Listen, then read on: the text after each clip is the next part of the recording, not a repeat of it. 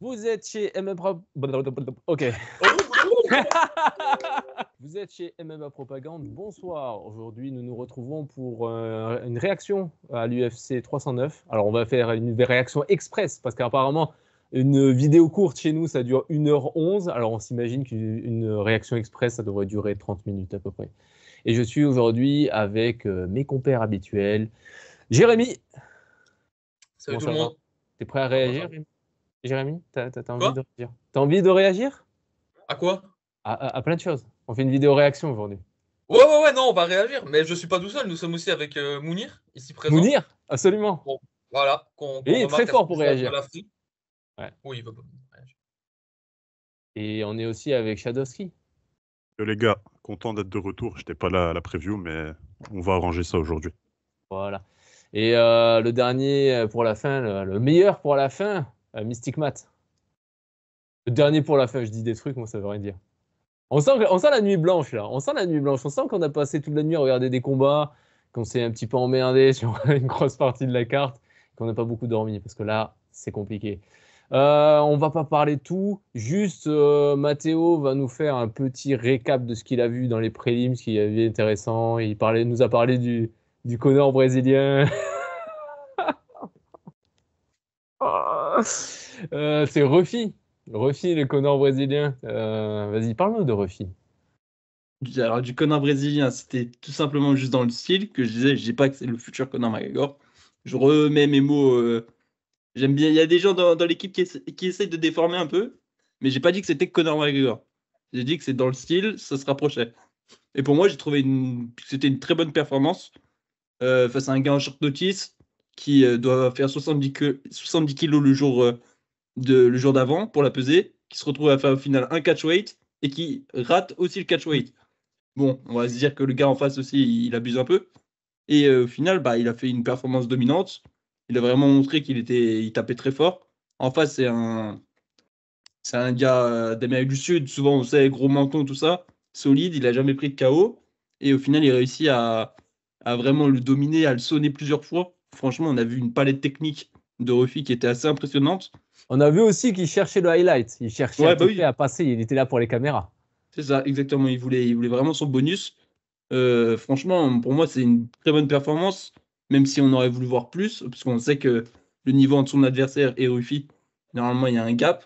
Ouais. Après, c'est un gars avec un gros menton qui arrive plus lourd que Ruffy. Et comme tu as dit, le poids, là, moi, c'est un truc qui me rend fou, mais tu as des mecs qui trichent. Ils trichent sur le poids.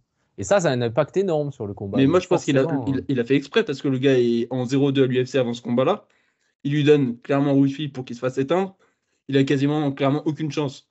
Autant essayer de voler une victoire en arrivant totalement. Dans tous les cas, il allait se faire cut. De toute façon, comment tu fais pour rater un catchweight?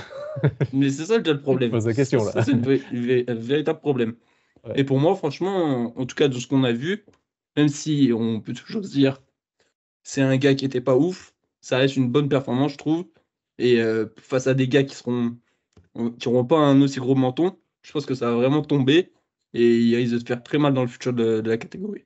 Ouais, ça marche. Bon, en tout cas, content d'avoir vu ça. Le reste des prélims, il n'y avait rien à dire, des trucs à dire, à part Jim Miller. Jim Miller, il est trop cool. Ouais, Jim Miller, vraiment, le vétéran.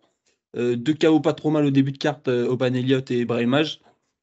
Tibura qui fait une salade de coude sur le crâne à Jonathan Diniz. Tibugot, on le rappelle.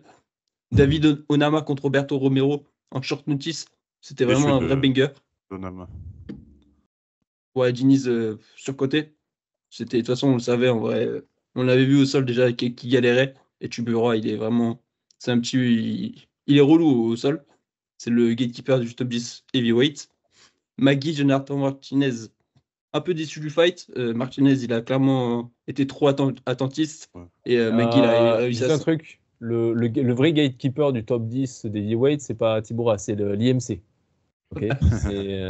Ça doit être un diététicien ou un truc comme ça. Si tu suis la diète, c'est bon, t'es top 10. Moi, si on peut dire je continue. Ouais, Shadi. Parce que moi aussi, j'ai vu les prélims. J'ai vu toute la carte d'ailleurs. Et bon, ce que je peux dire personnellement, rapidement, avant de laisser Matt finir son analyse, c'est que j'ai été déçu de Jonathan Martinez, qui, à mon avis, aurait pu finir le combat, mais qui a été trop attentiste. Je sais pas, et peut-être qu'il avait peur du pouvoir de KO de Magui, tout ça, mais en tout cas, au troisième round, il était quasiment fini, Magui. Et il avait plus de jambes. Et j'ai été déçu de David Onama, qui était favori à moins 1350, et qui a eu un combat très difficile. Vraiment, il a galéré, il a perdu un round premier round, il le perd clairement, il se fait même knockdown. Donc, je sais pas, je suis déçu de ces deux combattants, je m'attendais à beaucoup mieux. Même s'ils ont gagné comme David Onama, mais pour moi, c'est assez décevant. D'ailleurs, en parlant de déception, on va parler du premier combat qui nous intéresse le plus, on va dire. Bonical contre Paul Craig. Paul Craig, la fatigue. Paul Craig avec son striking.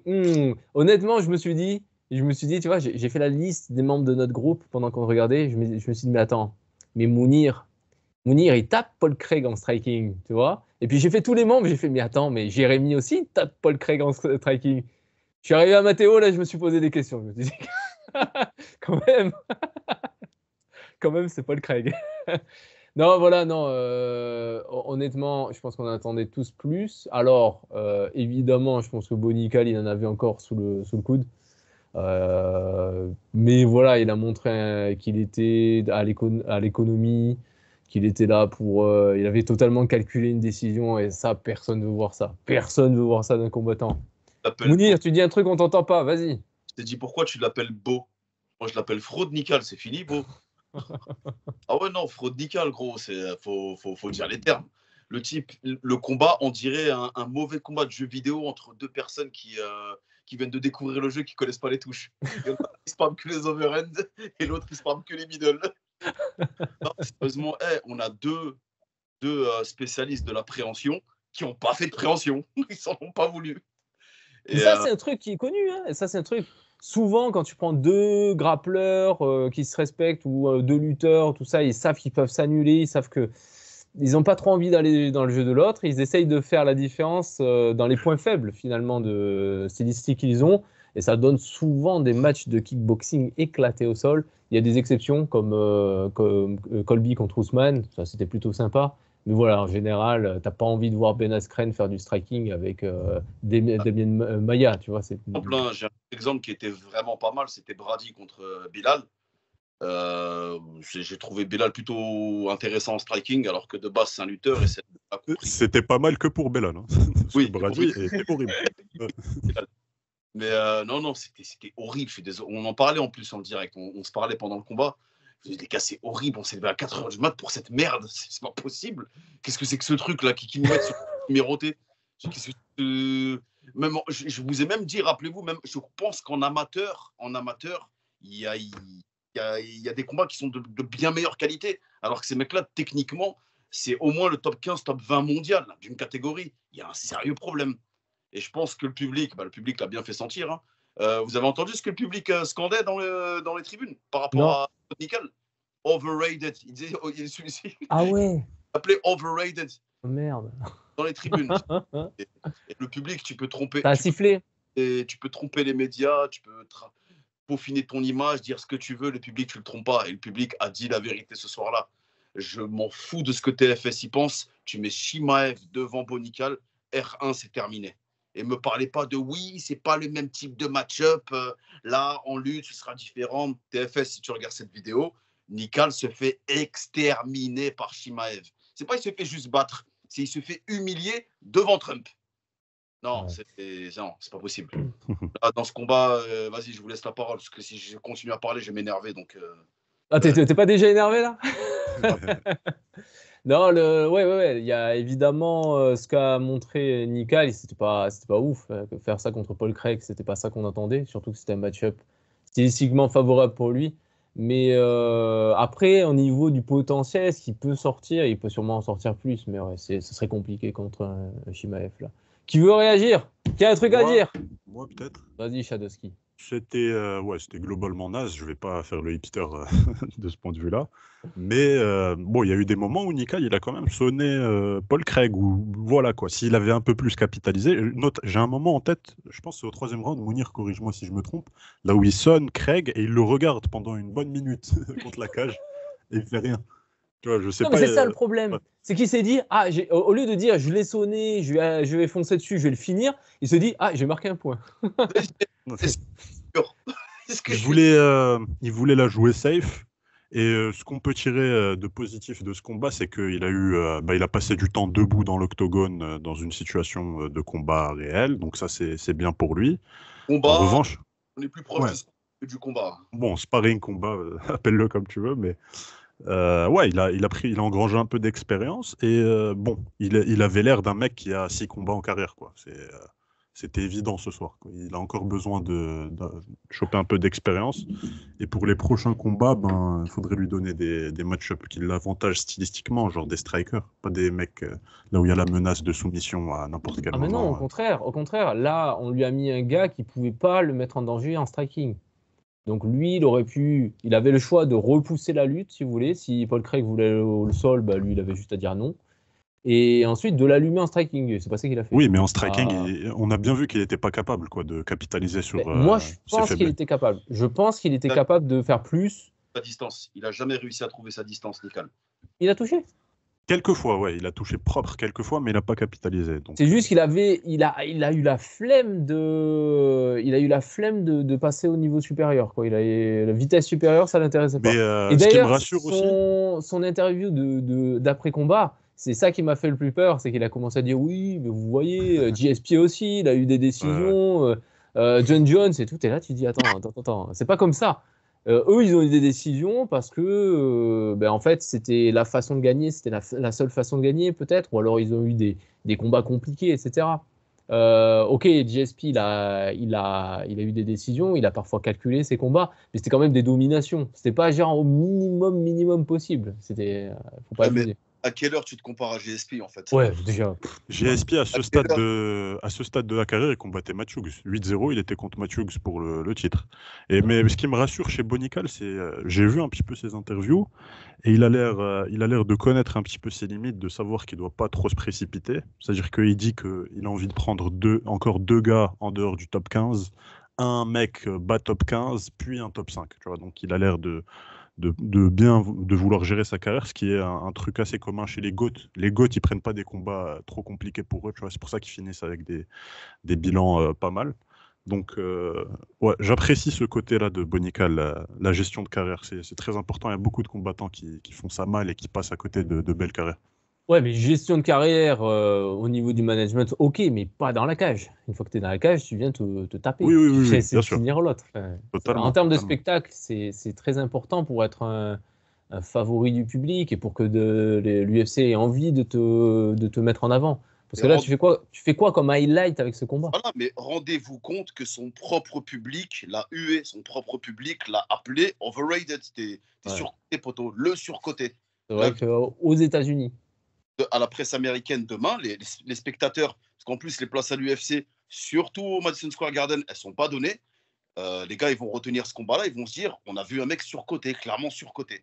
Et sa cote de popularité, malheureusement, ce combat ne va pas améliorer sa cote de popularité, bien au contraire. ok, quelqu'un d'autre a un truc à ajouter? Mystic Matt, il est déprimé depuis ce combat. Il est dépressif. Lui, Non, mais il s'attendait à un truc et depuis, non. faire jeu rien d'autre. égal en striking avec Paul Craig, c'est Dit comme c'est ça, compliqué. Ouais. dit comme ça, c'est violent, hein. Ouais, c'est chaud. Donc voilà, c'est déçu. Et comme a dit Mounir, franchement, TFS, ce que tu nous disais, Bonical, il est un Shimaev. Bon, j'attends de voir encore. En tout cas, pas maintenant. Moi, j'attends Pimblet contre Topuria. Ah, Salut, TF. ça, c'est pas bien. Oh, ça tire. Quelqu'un d'autre a un truc à rajouter? On va essayer d'avancer. Combat suivant. Jérémy, il a même pas envie de parler de ce combat. Lui, il est là, il se bat les couilles. C'était. Non, bah, c'était pas très intéressant, puis tout a déjà été dit, quoi. Bon, voilà, c'est malin de la part de Bonical, peut-être de pas trop vouloir avoir voulu finir Paul Craig, parce que sinon, bah, il finit sur son dos, et c'est là où tu commences à te précipiter, à mettre du ground and pound, et tu te prends un triangle, il faut demander à Magomedov. Donc peut-être que vraiment... non, en Kalaev, pardon, en Kalaev, je suis con, en Kalaev. Pardon. Donc peut-être que vraiment, en termes de gestion de carrière, il s'est dit, je vais chercher une décision en striking pour pas qu'il y ait de sol du tout, comme ça, il n'y a aucune chance que je me fasse finir. Alors, si c'est pensé comme ça, c'est pas trop bête, mais le problème, c'est que tout le monde se fout de sa gueule. Donc, bon, voilà. Après, c'est toujours pareil. Le MMA, on a la mémoire courte. Il suffit qu'ils recombattent dans 3-4 mois, qu'ils mettent un KO, une soumission, et puis les gens auront oublié, et puis terminé, quoi. Donc, En bon, en je Kalaev, fais personne chier n'a oublié ça. devant, mais bon. Bah, en Calais, il s'est fait finir comme un teubé, mais. Personne n'a oublié le tap à la fin à la dernière seconde en plus. Personne n'a Ouais. oublié. Personne Ah n'a ouais. oublié. Parce qu'il était bien. Lui. Ensuite, le deuxième combat qui nous intéresse là, c'était Oliveira contre Chandler. Et c'est un combat chelou. C'est un combat chelou. Pourquoi? Parce que on a eu Oliveira qui on a eu Oliveira qui a dominé et qui a fini sur une mauvaise note parce que c'est Oliveira. Je sais pas ce qu'il a fait. Le gars est resté pointé, il était fatigué, donc il s'est dit bon, je vais économiser mon énergie en arrêtant d'avoir une défense. Voilà, je vais rester pointé comme ça là. Et il s'est pris des patates dans tous les sens. Et puis bon, il a quand même réussi à amener le combat où il était plus en sécurité. Il a fini, et voilà. Mais normalement, ça aurait dû être domination de A à Z de la part d'Oliveira. Ça n'a pas été le cas. Et on a vu Chandler beaucoup courir. Vas-y, Mounir, tu veux nous en parler? Ouais, c'était assez drôle. Hein. Le combat, il était drôle. J'étais pas particulièrement hypé par ce combat et c'est pas, je vais pas faire le douille. Hein, c'est pas, j'attendais rien et je suis quand même déçu. Mais c'est plutôt Oliveira plus que Chandler qui m'a déçu. Pour moi, Oliveira devait finir ce combat. Chandler, c'est pas. En fait, dès lors où j'ai vu Chandler reculer, j'ai compris que non, c'est pas le Chandler habituel qu'on a. C'est un Chandler qui essaye de entertain. Il veut faire du spectacle, comme quand il a Oliveira dans son dos et qui saute 2 fois sur son dos, alors qu'il n'y a pas d'intérêt à faire ce genre de choses. Pour moi, Oliveira, il aurait dû régler l'affaire R2 ou R3. Ça aurait pas dû aller au-delà de ça. C'est pas Chandler qui m'a déçu dans le sens où D'ailleurs, j'attendais rien. sur ça, on a eu la même chose. On a eu un gars Oliveira, il a joué la sécurité. Je pense qu'il avait peur de prendre un contre. Il savait qu'il allait toucher, il voulait pas se précipiter. Mais Ouais, honnêtement, il aurait pu largement finir le combat plusieurs fois. Le grappling d'Oliveira était largement suffisant. Il aurait pu finir. Il aurait pu. Si vraiment il aurait eu des fulgurances en grappling, en accélérant son rythme ou en multipliant les faux messages pour arriver. Il y a un armbar qu'il aurait pu tenter, il ne l'a pas tenté. Tu as des Leonekecho qu'il aurait pu placer à droite, il ne les fait pas. Alors ça, non, je pense qu'il essayait vraiment les RNC, il essayait, mais le truc c'est que Chandler il est tellement petit et tassé que quand tu l'as en triangle, en fait sa tête elle t'arrive ici. Tu vois, qu'est-ce que tu veux étrangler comme ça? Tu peux pas. Et là c'était compliqué, il défendait bien, mais surtout moi c'est en striking. Oliveira aurait pu largement finir Chandler, même round 2, exactement comme au premier combat. Parce que Chandler, il a couru exactement pareil que dans le deuxième combat, dans le premier combat. Je ne sais pas si vous vous souvenez. Deuxième round, il se fait toucher, ensuite il court contre la cage. Et là, il montre bien sa tête. Franchement, il aurait pu se passer exactement la même chose, mais Oliveira a décidé d'être un peu, je sais pas, précautionneux. Ouais, il était un petit peu. Je pense qu'il avait peur des coups de Chandler. Il sait que Chandler cogne fort. Malgré ses 38 ans, ça reste une patate de forain quand même. Hein. C'est un gars qui cogne fort. Et par contre, Chandler, ouais, il n'a jamais réussi à vraiment trouver sa distance contre Oliveira. Oliveira gère très bien les distances, beaucoup de kicks, beaucoup de types pour le repousser à distance de frappe, pour lui et pas pour Chandler, justement. Les phases en grappling, je n'ai pas compris comment Chandler s'est fait emmener au sol aussi facilement. Je n'ai pas capté pourquoi. Et la question que je me pose, on en parlait en off, Chandler Makhachev, ça ne dépasse pas de round. Je suis désolé. Hein. On disait que Chandler, il apporte de l'incertitude, il peut potentiellement éteindre l'islam. Dans aucun monde, ça n'arrive. Alors, on disait ça, enfin, moi j'ai jamais dit ça, mais des gens disaient ça, c'était avant. Voilà, avec son sac à puce, là. Non, mais avec les derniers souvenirs qu'on avait de Chandler. Voilà. Je mettais des doutes quand même. Parce que si tu prends Chandler, on va dire, il était déjà un peu vieux, mais quand il est rentré à l'UFC, je crois qu'il avait 34 ou 35 ans, il était quand même hyper physique, hyper explosif. C'était un phénomène en termes de physique. Là, il a 38 ans, il a ralenti. Déjà, Chandler round 1, c'est plus le même que Chandler round 1 il y a 4 ans. Hein. Est-ce qu'il soit explosif? On attendait l'explosivité de Chandler, marche avant, explosif. Rien du tout, il ne s'est pas passé ça. Après, Oliveira est très intelligent de l'amener au sol au premier round pour vraiment le drainer et qu'il ait plus d'énergie pour le reste du combat. On sait très bien que Chandler, c'est le premier round qui est très très dangereux. Il l'a juste contrôlé sur le premier round et après il était bien, Oliveira. Ouais. Il est revenu, Chandler, sur le 5e. Sur le 5e, il a eu un boost. Là, on sentait qu'il voulait pas perdre devant Bah, Trump. c'était kill or be kill, hein. De toute façon, s'il jouait pas maintenant, c'était fini. Donc, Ouais, mais vraiment, il y a des mecs qui sont comme ça. On sent qu'il a un mental quand même. Il était là, Il non, a- non, non, non, là, je perds pas là. De la foule, Chandler, il a répondu à la foule. La foule réclamait du sang. Il a voulu donner du sang à la foule. C'est ce qu'il a réclamé. Après, le call-out d'après combat, j'ai pas compris. Faut qu'on m'explique. J'ai pas compris. Le gars, il Performance perd contre comme ça. Oliveira. Et il prend ça comme argument pour call out Connor. Pourquoi? Tu dis, comment? Comme dirait Omar Sy, pourquoi faire? Ouais, c'est ça. Est-ce que quelqu'un d'autre veut réagir à ce combat?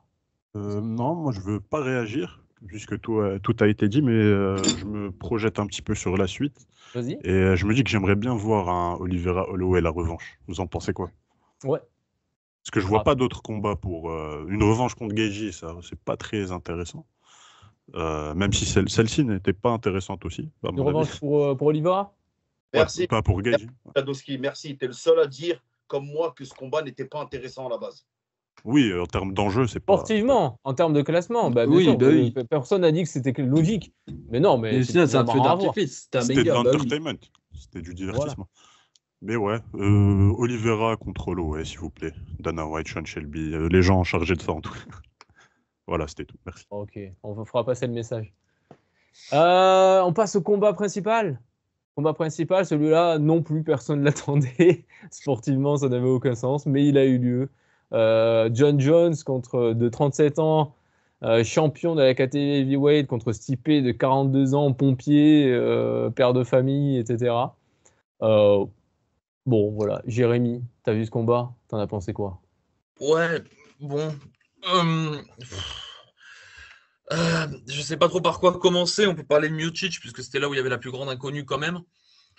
Et bah, il est vieux, quoi. Il est vieux. Alors, il était quand même relativement technique. On voyait que Jones n'avait pas forcément trop envie de faire de l'anglaise avec lui. Il était quand même assez frileux quand Miocic avançait.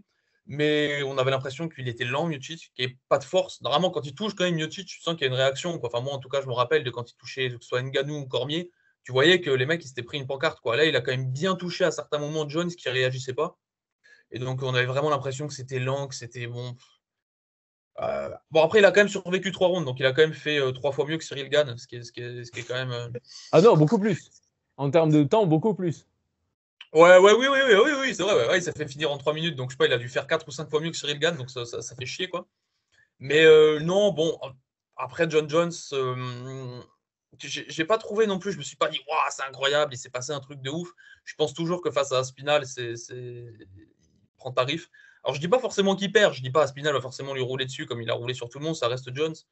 Mais j'avais l'impression de voir deux vieux, même Jones, quand il est arrivé, il avait une tête, tu vois, putain, il a pris un coup de vieux, quoi. Alors, je sais pas si c'est les stéroïdes qui l'ont fait vieillir plus vite comme Gordon Ryan, ou enfin, il y a un truc, quoi. Tu voyais, t'avais deux vieux, et t'avais Déjà, Miocic. il avait la barbe grisonnante. Ouais, c'est c'est ça. Jones avant. T'avais Miocic, le vieux lent, contre Jones avec son petit bidou là, et son short, tu sais, avec le roulé du short là, parce que t'avais le petit bidou dessus. Et bon, alors le finish est magnifique. Le coup de pied retourné, finir Miocic comme ça, c'est magnifique. Le bruit du coup de pied est une espèce enfin, vraiment, le finish est parfait. Non, mais Mais ça, bon, sinon, il faut en parler. On peut dire ce qu'on veut ça sur c'est fort. Jones, Ça sa c'est fort. shape, il y a un truc. Mais en termes de palette Technique. technique, de maîtrise et tout, personne n'a apporté ça en heavyweight. Voilà. Personne. Mais bon, voilà. Et après, comme je disais, bah, il a fait un peu de Chandler, tu sais, quand Miocic avançait les mains hautes et qu'il essayait un peu de passer ses bras tout lent, comme ça. Il essayait de boxer un peu, lui, quand il était contre la cage, il courait un peu. Mais sinon, troisième round, il a bien contré une ou deux fois, il l'a fini. Bon, c'était sympa de voir les deux dans la cage, mais c'était pas un combat de malade non plus, quoi. Alors, il faut respecter Chandler. Chandler a couru beaucoup plus vite que ça. C'est-à-dire, Chandler, là, c'était Autant pour record moi. mondial, c'était 100 mètres. J'ai jamais vu ça, quoi. C'était Autant pour moi. niveau mondial. Est-ce que quelqu'un a un truc à rajouter? Mathéo, t'as un truc à dire? Bah, le travail au corps, je trouve, de John Jones, c'était vraiment intéressant. On a senti que Miocic, ça le gênait vraiment beaucoup. Ensuite, en fait, ce qui était compliqué, c'était que Miocic, ce qu'il pouvait amener, c'était que la boxe anglaise. Et John Jones, il a tout de suite dit, mon gars, on va pas boxer avec elle. C'est mort. Et après, il a fait l'amener au sol aussi au premier round. Incroyable. Franchement, la balayette. Ouais, Il judo. n'y a que du John Jones. Ça, c'était le judo. C'était vraiment. C'est d'ailleurs une des faiblesses des lutteurs à l'américaine. c'est qu'ils n'ont pas l'habitude de certains balayages de judo. Ça leur fait bizarre. Ils ont tout simplement pas, ils s'entraînent pas contre ça. Donc ouais, Et- il était beau. Ouais, après en plus on voit pour une des seules fois, je pense Miocic sur le dos. Comme ça, là, c'est avec John Jones qui commence à vouloir mettre ses coups de coude. Je me suis dit, s'il le finit premier round, ça va être le bordel après. Et au Non, final, non. est-ce que tu as vu le nombre de coups que Stipe a pris, il n'avait pas une seule trace. Ouais, Et par contre, ça, c'est assez fou. à la toute fin, il y avait un coude et puis hop, petite ouverture. Et moi, je m'attendais à voir un mec tout bleu et tout. Il s'est relevé. Je dis, mais c'est quoi ce truc? Alors, soit peut-être qu'il absorbait bien avec sa garde, je sais pas exactement. Soit il a un visage en caillou. Non, impossible. Hein. Et franchement, ouais, bah après, franchement, Miocic, il a pas su répondre plus aussi rapide qu'avant. Il ramène que de l'anglaise où il peut vraiment faire peur à John Jones. John Jones, il voulait pas du tout strike avec lui, en tout cas en anglaise, parce que même à chaque fois, il désamorçait. Dès que Miocic il tentait des petits blitz, John Jones désengageait. Il avait il avait des bons mouvements de tête aussi, John Jones, parce qu'il y a des moments où Miocic, il passe pas loin de le toucher. Donc franchement, Bon non, mouvement John de Jones. tête, il se penchait aussi, comme il fait toujours, pour esquiver avec les mains en avant. Donc forcément, il vient gêner la distance. Là. Il y a Ouais, beaucoup de gens qui trouvent ça avec son allonge. insupportable et ils n'ont pas tort. Il met comme ça, il se penche en arrière, donc le toucher, c'est très compliqué.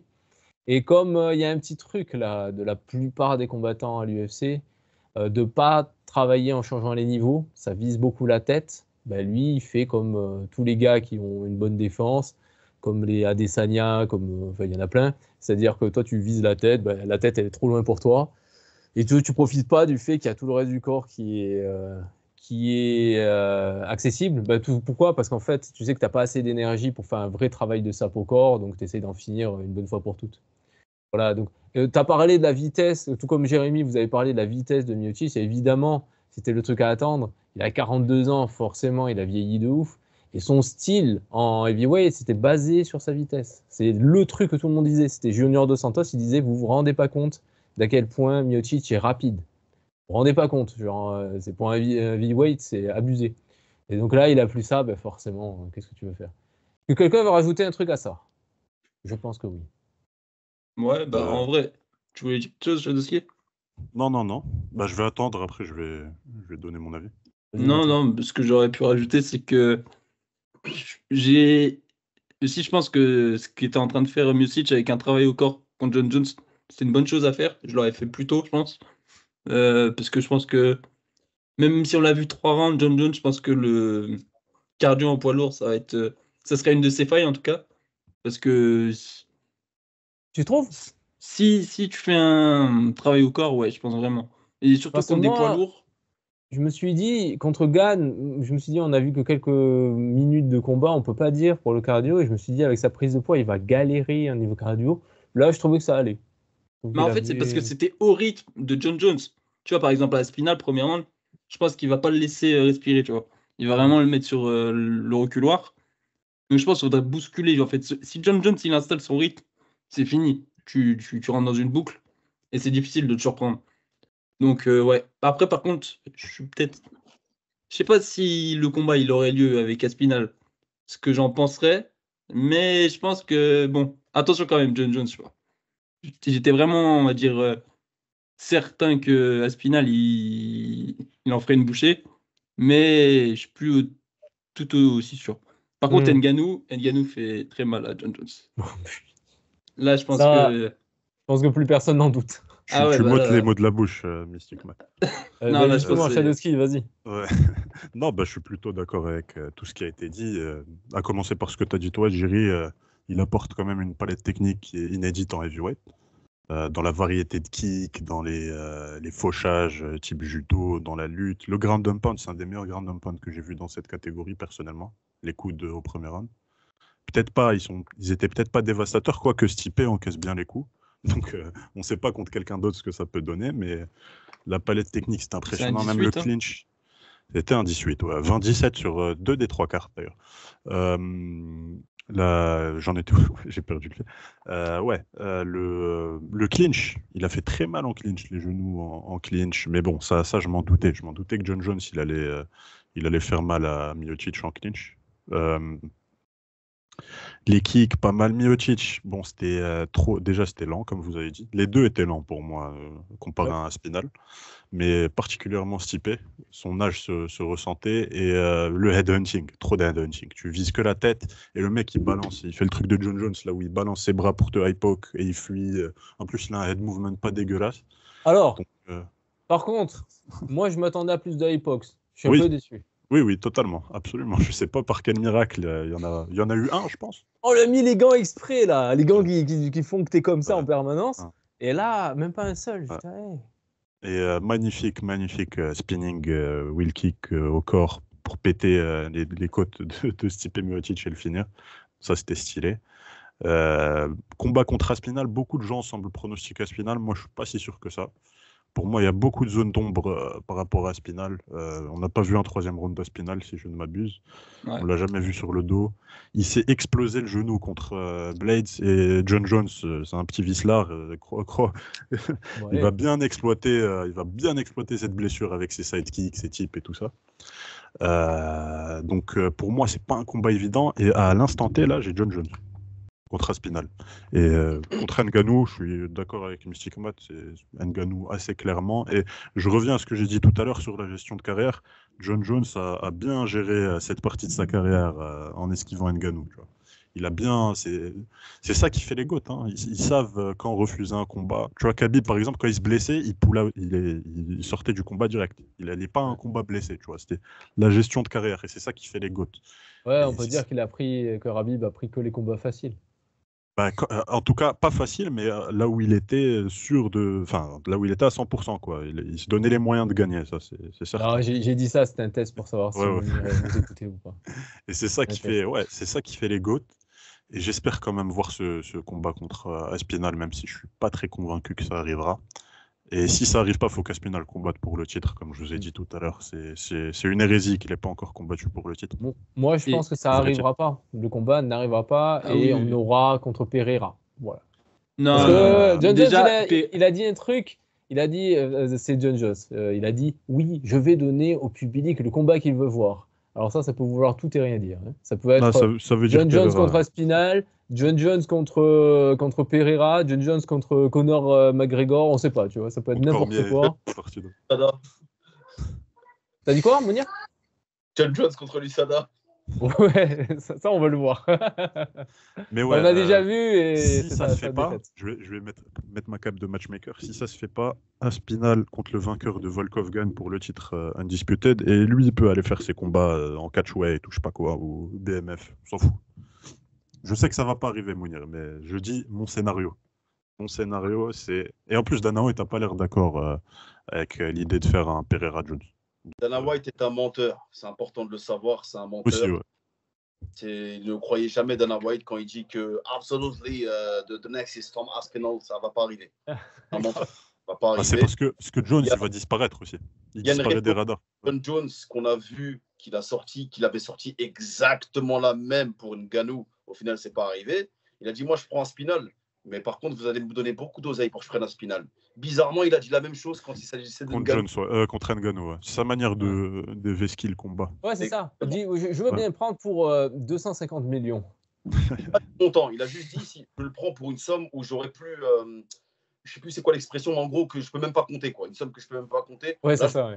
pas Spinal, mais t'es en train de nous faire même argumentaire que contre Ngannou. Là, t'es en train de nous dire, sans nous le dire, que bon, Aspinal, non. Mais c'est bizarre parce que moi je pense qu'il peut vraiment gagner Aspinal. Alors que Ngannou, je comprends, tu vois. Je comprends qu'il l'ait esquivé, mais pour moi, il peut vraiment gagner Aspinal. C'est mon avis. Mounir n'est pas d'accord, vas-y. Il a le droit, c'est son droit. Bon, moi, j'aimerais revenir sur deux choses. Déjà, vous parlez de la vitesse de Miocic. Ok, il est très lent. Toujours est-il qu'il a touché 30 fois John Jones au visage. 30 fois. Pas oui, mais 3 c'était fois. pas des coups clean. Voilà. Il avait un cocard. Ah, Il avait un cocard à l'interview. touché. Laisse-moi En juste- fait, des coups qui ont vraiment touché proprement, qui ont fait mal, qui auraient pu le sonner, il y en a eu peut-être 3. si tu me coupes, ça sert à rien que je continue, en fait. Mais je fais ce que je veux. C'est moi qui fais le montage. Pardon, Mounir, vas-y, continue. Bon, laisse tomber. Vas-y, c'est bon. Non, mais je plaisante. Non, continue. mais si je dis ce que je pense, laisse tomber. Il y a des gens qui vont me dire je suis un hater. je sais Mais pas quoi. vas-y, c'est ça qu'on veut. On aime les haters, nous. Mais il a une Ah, casquette de hater de toute façon. Moi, un type qui se fait taper 30 fois au visage contre le très lent et très vieux Stipe Miocic, qui n'a pas la longe d'Aspinal, Aspinal, je suis désolé, il va te ruiner ta legacy. Et il le sait. Et Aspinal, en fin de combat, lui-même te dit, j'ai vu, j'étais là, je suis encore plus sûr après ce combat qu'avant que je vais l'éteindre. Et il le dit, il le dit clairement. Il dit, j'ai vu John Jones, je l'ai trouvé très lent, je suis certain que je vais gagner, j'ai rien à ajouter. Tellement il est, ça c'est Il va pas dire l'inverse. le mental d'un champion. Je n'ai pas besoin d'en dire plus, mettez-nous juste dans la cage. Mais en même temps, oui, comme dit Shadi, imagine s'il avait dit ouais, alors j'ai vu le combat, franchement, je pense que je perds. Hein. Non, Franchement, je pense qu'il m'explose ça arrive, le je le genou. prenne, je perds. Je partage le constat d'Aspinal. Ils sont pas sur le même rythme en fait. Aspinal, il fonctionne sur un rythme. John Jones, c'est pas le même rythme. Ok, Matteo, il a raison de dire que John Jones, quand il installe son rythme, c'est compliqué à suivre, mais il faut l'installer le rythme. Ouais. Il faut arriver à l'installer. Et un Spinal qui va plus vite que toi, qui a une meilleure allonge que Stipe, qui physiquement est beaucoup plus impressionnant, beaucoup plus massif que Stipe, et qui en plus a une explosivité et un énorme KO power, ça faut pas l'oublier. Et quand je vois un mec qui en face s'est fait toucher par un mec lent, vieux, avec une petite allonge, qui s'est fait toucher 30 fois au visage. Ouais, mais c'est pas un peintre en striking, Miocic non plus. Oui. Il a beau avoir 42 ans. En anglaise, c'est très propre. J'ai pas dit que c'était un peintre, je dis juste que John Jones est ouvert en anglaise et ça a toujours été son point faible. Ah ouais, mais ça c'est sûr. C'est vrai que j'ai vu des choses, j'ai vu des ouvertures dans les phases de striking, notamment au moment où John Jones se désengage. C'est des ouvertures que Stipe d'il y a 8 ans, on va dire, ou 7 ans, aurait totalement su voir et su utiliser. Là, on sent qu'il les avait vus, mais le temps de se dire, il faut que je réagisse, il n'était plus là. Mais le délire d'Aspinal, c'est qu'il est capable de laisser John Jones venir frapper et de frapper en même temps. Il va même pas chercher à comprendre. Ouais. Après, il y a la longe. Hein. La longe de Jones, c'est un problème pour tout le monde. Oui, La mais balance dans le visage quand tu essayes de blitz sur lui, et Aspinal, il fait que blitz. Son offense en striking, c'est des blitz. Et tu as un, le facteur high poke, 2, le facteur takedown, 3, le facteur type. Je sais pas, il y a beaucoup de façons, il y a beaucoup de failles à exploiter pour moi. J'ai l'impression que c'est des frappes de light heavyweight, c'est pas des frappes d'heavyweight que j'ai vues hier. Je sais pas si vous voyez. Ça dépend des coups. Il y a beaucoup de coups en anglaise et même en ground and pound, pour moi, ça sonnait comme du light heavyweight. Mais il y a eu des trucs, les kicks par exemple, c'était des vrais kicks bien lourds. Hein. Il a qu'une marque. C'est des coups de light heavyweight que j'ai vus hier, c'est pas des coups d'heavyweight. Ouais, mais les kicks, c'est des kicks de heavyweight. Ça, c'est des kicks, c'est différent. Les kicks, même le spinning wheel kick, même si c'est Pereira enfin Pereira, non, on va pas prendre cet exemple-là, mais même si c'est Duplessis qui le met à Stipe, il le couche. Il y a le foie, hein, la zone où il l'a touché. La cage thoracique aussi. Oh non, c'est l'autre côté le foie, autant pour moi, c'est l'autre côté. Bah oui, il est fou ce mec. Non, il y a la vitesse. Frappe de heavyweight. La rotation multiplie la puissance. Bref, je ne vais pas vous faire un cours de physique. Mais merci, professeur Mounir. Là, j'attendais la petite équation. Oui, mais la rotation multiplie la puissance. C'est-à-dire que le wheel kick, tu peux le dire que c'est un wheel kick de heavyweight, mais le ground and pound qui fait John Jones, regarde comment il sort Stipe. Il est tout gîte quasiment. Fait ça contre Aspinal. Non, Aspinal, je suis désolé. Stipe, il est solide. Ouais, mais Aspinal, moi, c'est l'interrogation du cardio. Ok, il va mettre un rythme de fou au premier round. Est-ce qu'il va, si John Jones passe l'orage? Non, mais il n'y a pas d'orage. Aspinal, il va le tuer. En 2 rounds, c'est fini, c'est plié. Je crois qu'on est en train de mettre John Jones à un niveau. Moi, John Jones, pour moi, John Bones Jones, là, c'est Jonathan Jones qu'on a en ce moment.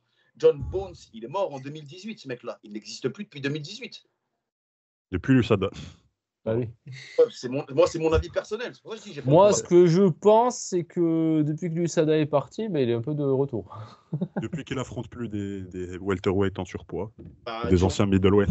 Et sa legacy, c'est une chose, mais quand tu l'as vu contre Gustafsson, scoring, il est chelou. Tu regardes contre Reyes, scoring, il est chelou. Attends. On va pas refaire Non, mais ce que je veux dire, refaire les jugements de la carrière de Jones. 18. Et moi, je pense que toutes les pesées de Khabib, elles sont cheloues. Parce que Je pense qu'il y a eu des petites piqûres. À me perturber de ce que je suis en train de dire. Bref, John Jones, pour moi, c'est plus le même. C'est plus le même gars. C'est plus le même combattant. C'est quelqu'un qui vieux. Pas uniquement quand il est sûr de les gagner. Et là, force est de constater que Stipe, on a eu un comment il s'appelle le Belge là qui lui ressemble? Genacht. Non, le Belge, un podcasteur ou un mec qui en Belgique, là, comment il s'appelle là Oui, Gennard. Oui, Chris Genacht. c'était Gennard qui était dans la cage, là. Il est presque Gennard. Le mec, Miocic n'existe plus. Miocic n'est plus là. Et malgré le plus là de Miocic, on a vu beaucoup d'ouverture chez John Jones. Et ça, c'est ça qui m'inquiète pour lui. Je pense qu'en anglaise, il peut se faire ouvrir en deux par Aspinall. Ngannou, je ne parle même pas de Ngannou. De toute façon, ce combat n'aura pas lieu. Et de toute façon, et je vais finir avec ça, le combat contre Aspinall n'aura pas lieu. On a bien vu la déclaration de John Jones qui a fait exactement la même qu'il y a 3 ans quand on lui parlait de Ngannou. Et finalement, le combat n'a jamais eu lieu. Ce combat n'aura jamais lieu. Je pense que John Jones, la suite, il va clore son chapitre, clore sa legacy avec Aspinall, avec Pereira. Il va prendre Pereira parce que Pereira aussi, en vrai, c'est dangereux. Mais je pense qu'au premier takedown, Pereira ne sera plus le même. Le premier takedown, la première salade de coude qu'il va prendre au visage, Pereira ne sera plus le même. En termes de cardio, ce ne sera plus la même chose. Pereira va avoir peur du changement de niveau de Jones. Il ne va pas striker de la même manière. Je pense que ce qui va arriver courant mars, avril, peut-être la Fight Week internationale en juin ou juillet. Pereira, il va au sol round 1 et il se fait endormir. Hein. Ouais, je pense que voilà, il dit aux gens, il fait un peu le De Gaulle, il dit aux gens, je vous ai compris, je vais vous donner ce que je veux, ce que vous voulez. Mais en vrai, ce qu'on veut, c'est Aspinall. Comme je l'ai dit avant combat, je le pense toujours après combat. Non, mais même là, c'est officialisé par les ceintures. Tu as 2 ceintures, tout le monde comprend que c'est le truc à faire. Là, on est en train de se retrouver dans exactement la même situation qu'en boxe anglaise, où tu as 15 000 ceintures, où les mecs, ils essaient de combattre à droite, à gauche, des influenceurs ou je sais pas qui, et ils refusent de se battre pour la ceinture. C'est trop bizarre. D'ailleurs, là, tu avais relevé un truc, mais quand Buffer a annoncé la ceinture, il a dit la ceinture undisputed. Bon. Elle n'est pas undisputed, c'est pas vrai. Ben, s'il y a l'intérim, mais voilà. Mais alors, j'ai entendu une petite théorie, je crois que c'est Chael Sonnen qui disait ça. À partir du moment où le champion est dans la cage, ça veut dire qu'il peut combattre, ça veut dire que c'est lui le champion, et ça fait perdre son statut à la ceinture intérimaire. Bon, je ne sais pas ce qu'il en est, techniquement ou officiellement. Mais voilà, ça fait effectivement bizarre d'entendre ça pour décrire Jones alors qu'il y a Aspinall. Bon, en tout cas, je ne vais plus m'éterniser parce qu'on a dit que le podcast serait court. Je ne vais pas m'éterniser de ouf, mais John Jones, je ne suis pas déçu, je ne suis pas content non plus. Ce n'est pas le combat, comme j'ai dit au début, ce n'est pas le combat que je voulais voir. J'avais annoncé que l'issue serait inéluctable concernant John Jones. C'est pas possible que Miocic l'emporte, c'était impossible. Ouais. Et la suite, et là je le redis encore, la suite, c'est impossible qu'il prenne Aspinall, il ne fera pas ce move. Donc on commence à connaître l'animal, il ne fera pas ce move. Après, pour parler du contenu du combat, le spinning wheel kick était très inspiré. Bravo à lui. Il a toujours autant de créativité que par le passé. De toute façon, ça. C'était super intelligent dans la construction. Oui, c'est-à-dire il a vraiment été intelligent. Ça, on n'en parle pas assez. Enfin, on en parle quand même un peu, mais le fight IQ de Jones, incroyable. Je pense qu'il a changé de game plan en cours de route, parce qu'à la fin du premier, quand il voit qu'il lui cause quasiment 0 dommage au sol, c'est là qu'il se dit attends, je vais commencer à travailler différemment. Et on le voit à partir du deuxième. D'ailleurs, le deuxième, je ne sais pas quel a été le scoring, mais c'était assez serré le deuxième round. Je ne sais pas quel a été le scoring, mais je pense qu'il y a un juge qui donne Stipe, si je me souviens bien. Ah ouais, je ne sais même pas. Mathéo, l'expert. Il me semble qu'il y en a un. Il donne le 2. Ouais, il y a un juge qui donne le 2 à Stipe, parce que John Jones, il est en train de changer. Il est en train de changer de stratégie. Après, il y a un 18 au premier. Et au final, bravo John Jones, ta stratégie, elle a porté ses fruits. Tu as vu l'ouverture, tu as eu la créativité, tu as eu le coup d'œil. Mais je continue de maintenir que ton anglaise est très ouverte et que contre Aspinall qui a un énorme KO power, ça va être difficile. Ok. Je vais regarder les scorecards maintenant et on s'arrêtera là tout de suite. Donc, qui donne le round? Sal Diamato, il avait une bonne carte pour une fois. Ouais, il y a Derek Leary qui donne le deuxième round à Miocic. Ouais, voilà, il y avait bien un juge qui le donnait à Miocic, je le savais. Ok. Et il y a eu 2-18 sur le premier round, effectivement. Voilà. Obligatoire. En tout cas, déçu que mon prono fantaisiste, c'était un peu mon fantasme, ne soit pas arrivé. Je voulais que Stipe gagne à la décision après un combat ennuyeux. Ça n'est pas arrivé. Stipe qui prend sa retraite, logiquement, voilà, pour moi il était déjà à la retraite sans l'avoir dit, il devait rester un combat sur son contrat. Mais respecté, c'est passé carrément en second plan. Ouais, ah ouais, mais ça, Et ils ont toujours fait ça. L'UFC a toujours manqué de respect à Stipe. Et Stipe leur a bien rendu parce que tu vois comment il est rentré dans le combat. Dans le gars, on aurait dit qu'il allait au bureau. Ils s'en foutaient Ah, totalement. il s'en bat les couilles. Et moi, je kiffe ça, tu vois. Il est là, il marche. Il s'en fout. Alors que John Jones, il veut faire tu sais, genre, waouh, il est en communion avec le public et tout. Jones, il s'en fout. Voilà. Quelqu'un d'autre truc à rajouter? Non. C'est bon? Non. Merci pour vos réactions, les gars. C'était bien. Vous avez bien réagi. Merci. Maintenant, c'est l'heure d'aller faire dodo, là. Parce que la journée a été longue. Moi, j'ai bien dormi. Allez. Merci, les gars. Bye. Merci à vous d'avoir écouté. N'oubliez pas d'appuyer sur un j'aime, parce que ça fait plaisir. De laisser des commentaires pour critiquer ce qu'on dit, parce que ça fait plaisir aussi. Et à vous abonner. Et voilà. Et on se dit à la prochaine. Parce que À la là, on est prochaine. actif. Là, on fait plein de la vidéos. prochaine. C'est incroyable, non? C'est incroyable ou c'est pas incroyable? Moi, je trouve ça incroyable. Enchaîne. Allez, ciao. Ciao.